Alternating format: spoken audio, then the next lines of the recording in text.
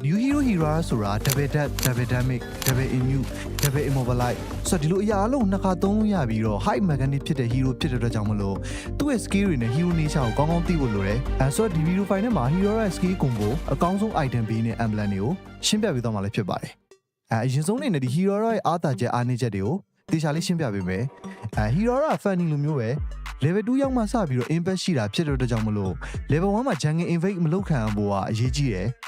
immunity skill ပါတဲ့ hero ဖြစ်တဲ့အတွက်ကြောင့်မလို့ main hero တွေ assassin hero တွေအထူးဖြင့်ဒီ skill တွေနဲ့ damage ပေးရတဲ့ hero တွေနဲ့ရင်ဆိုင်တဲ့အခါကြလို့ရှိရင်အားသာချက်ရှိပေမဲ့ attack speed hero တွေလိုထိုင်ပြီးတော့ damage ပေးနေတဲ့ကောင်နဲ့တွေ့လို့ရှိရင်တော့ immunity ကတိတ်ပြီးတော့အသုံးမဝင်တော့ဘူးနောက်ပိုင်းဒီ assassin hero ဖြစ်ပေမဲ့ damage အရမ်းများတဲ့ hero မဟုတ်ဘဲနဲ့ enemy ကို damage ပေးလိုက်ပြန်ထွက်လိုက်ဒီလိုမျိုးဆော့ရတဲ့ hero ဖြစ်ပါတယ်နောက်ပြီးဒီ passive မှာဟိုက minion တွေကို damage 30%ရာခိုင်နှုန်းပဲထွက်တာဖြစ်တဲ့အတွက်ကြောင့်မလို့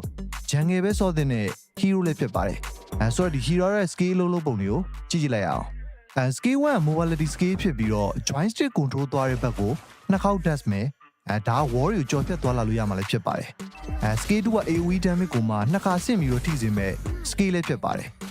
combo skill တွေအနေနဲ့ဒီ skill 1 icon ကို skill 2 icon မှာတင်ပြီးတော့သုံးမယ်ဆိုလို့ရှိရင်ရှေ့ကိုတစ်ချက် dash ပြီးတော့ AoE damage ပေးမယ်လှည့်လိုက်မှဖြစ်တယ်လို့ဒါ immobilize ဖြစ်စေတာဖြစ်တဲ့အတွက်ကြောင့်မလို့ AoE နဲ့ CC ပေးနိုင်တဲ့ skill လည်းဖြစ်ပါတယ်skill 2 icon skill 1 icon မှာတင်ပြီးတော့သုံးမယ်ဆိုလို့ရှိရင်တော့ hero အနေနဲ့ target လုပ်လို့မရတဲ့ immunity state ကိုရောက်သွားမှဖြစ်ပြီးတော့ဘေးနာ enemy တွေကိုလည်း immobilize လုပ်မှဖြစ်တယ်လို့ရှေ့ကို dash လိုက်မှလည်းဖြစ်ပါတယ်နောက်ပိုင်းဒီ immunity ရဲ့ winner crown နဲ့အတူတူပဲဖြစ်တယ်လို့ immunity duration က1 second ရှိမှလည်းဖြစ်ပါတယ်ဆိုတော့ဒီ winner crown နဲ့ပေါင်းသုံးမယ်ဆိုလို့ရှိရင် immune ကို4 second အထိပေးနိုင်မဲ့ hero ဖြစ်ပြီးတော့ skill ကိုရှောင်တာ tower ရဲ့ဝင်သက်တာဒီလို outplay movement တွေခဏခဏတွေ့ရမယ် hero လေးဖြစ်ပါတယ်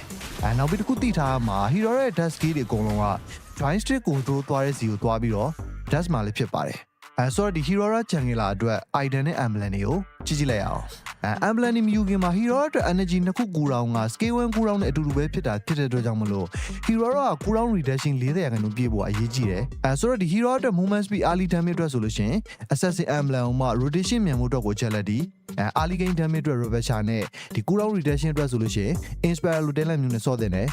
tier 2 talent ကိုတော့ jungling speed မြန်စေဖို့အတွက် season hunter ဒါမှမဟုတ်ဒီ 1/1 အခြေအနေအတွက်ဆိုလို့ရှိရင် master assassin လို့ talent ကအကောင်းဆုံးဖြစ်တယ်လို့ core talent ကိုတော့ killing spree နဲ့ဆော့တာအလိုက်ဖက်ဆုံးဖြစ်ပါတယ်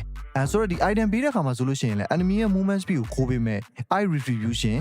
cooldown reduction အတွက် magic shoe first item ကို spell ban နဲ့ cooldown reduction တဲ့ YA လို item ကအကောင်းဆုံးဖြစ်ပြီးတော့ movement speed နဲ့ cooldown reduction အတွက် hunter strike fatal damage တွေကို cover လုပ်ပေးမဲ့ rose school နဲ့ဒီ late game damage အတွက်ဆိုလို့ရှိရင် blaze of despair လို item မျိုးကအကောင်းဆုံးဖြစ်ပါတယ်နောက်ဆုံး item ကို winner crown လို item ကနောက်ထပ် immunity ရော cooldown reduction ကိုပေးတာဖြစ်တဲ့အတွက်ကြောင့်မလို့energy မရှိတဲ့အချိန်မှာ immunity ထည့်ရဖို့တဲ့ဆိုလို့ရှိရင်ထည့်ဆော့တဲ့နဲ့ဒီလိုဆိုလို့ရှိရင်တော့ hero ရဲ့ cooldown reduction က35%ထိရှိမှဖြစ်ပြီးတော့ inspire talent နဲ့ဆော့မယ်ဆိုလို့ရှိရင်40%အပြည့်ဖြစ်သွားပြီလည်းဖြစ်ပါတယ်skill combo အနေနဲ့က skill 1 dash skill 2 3 joystick နဲ့နောက်တင်ဆုံးskill 1 skill 2ပေါင်းသုံးပြီးတော့ enemy နာကိုကတ်ပြီးတော့ immobilize ပေး skill 2နဲ့ skill 1ပေါင်းသုံးပြီးတော့ joystick နဲ့ပြန်ထွက်